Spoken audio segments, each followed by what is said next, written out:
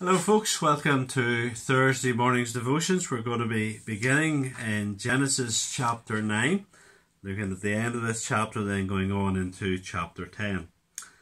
So beginning at verse 18. The sons of Noah who went forth from the ark were Shem, Ham and Japheth. Ham was the father of Canaan.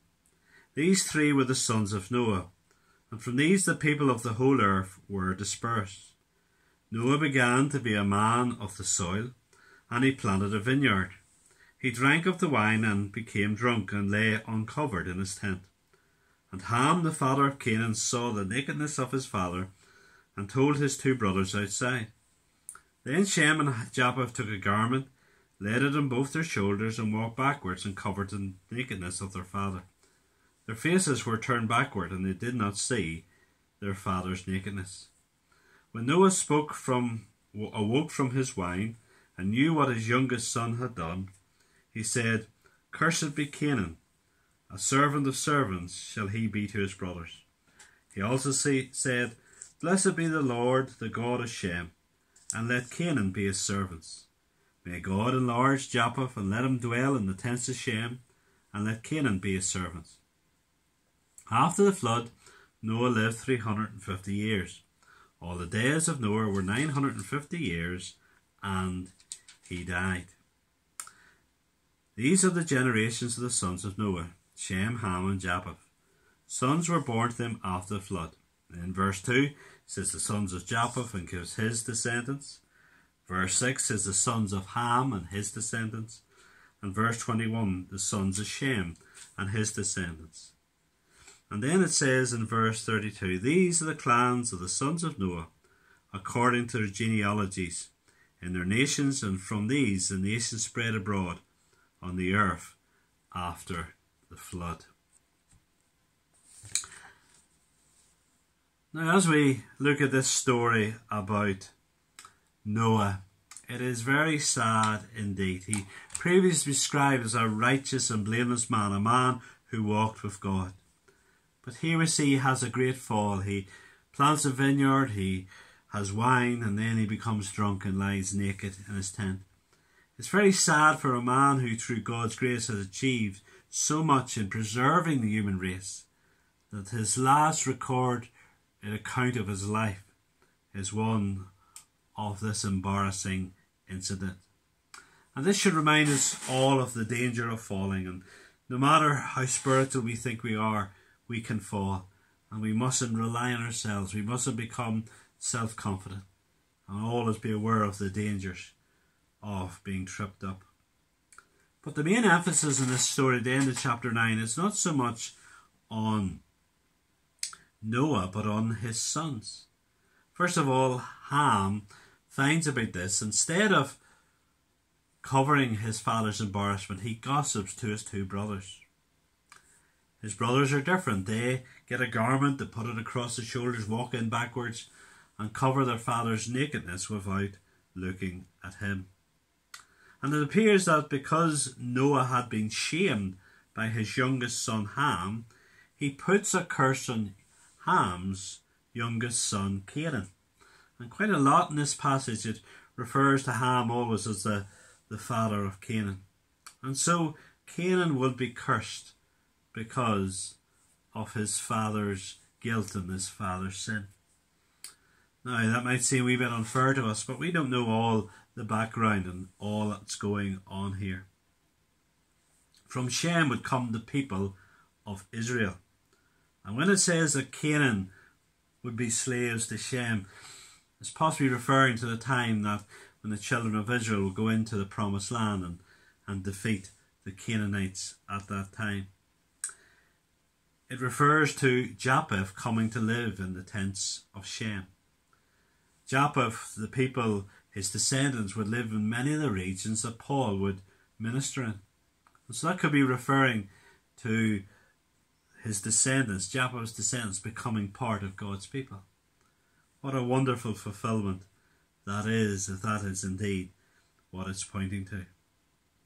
As we look at the curse upon Canaan and his family because of his father Ham's sin, there will always be an element of mystery about this, but what we see here is the terrible danger of sin and the ongoing impact of sin.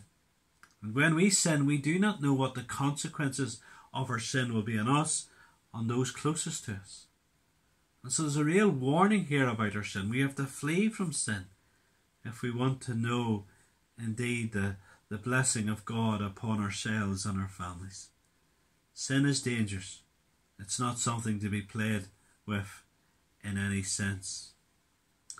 But then in chapter 10, what we have here in chapter 10 is indeed Noah's growing family and a record of the family. First of all, in verses 2 to 5, we have Japheth's descendants. I have a wee map here. Hopefully you can see it and just maybe help make a wee bit of sense of it is. This today it would be Israel. This is the Mediterranean Sea and Turkey up here. So Japheth's descendants, these are the circled ones. Here they would be Greece and Cyprus, Turkey across into Iran. They would be mainly, a lot of them would be sailors and would travel and spread to many parts of the world. So that's Japheth's descendants. And then secondly we come to Ham's descendants. These are the ones with no line around them, again bit in Turkey, down in Canaan, and also here in North Africa. So those are the descendants of Ham. Just a wee thing about Ham and his descendants. We just see here about this man called Nimrod. We are introduced to him. Just read a wee bit here from verse 8 about this man. Cush fathered Nimrod. He was the first on the earth to be a mighty man. He was a mighty hunter before the Lord. Therefore it said, like Nimrod, a mighty hunter before the Lord. The beginning of his kingdom was Babel, Uruk, Akkad, and Calneh in the land of Shinar. From that land he went into Assyria and built Nineveh, Rehoboth, Trachila, and Rezin between Nineveh and Calah. That is the great city.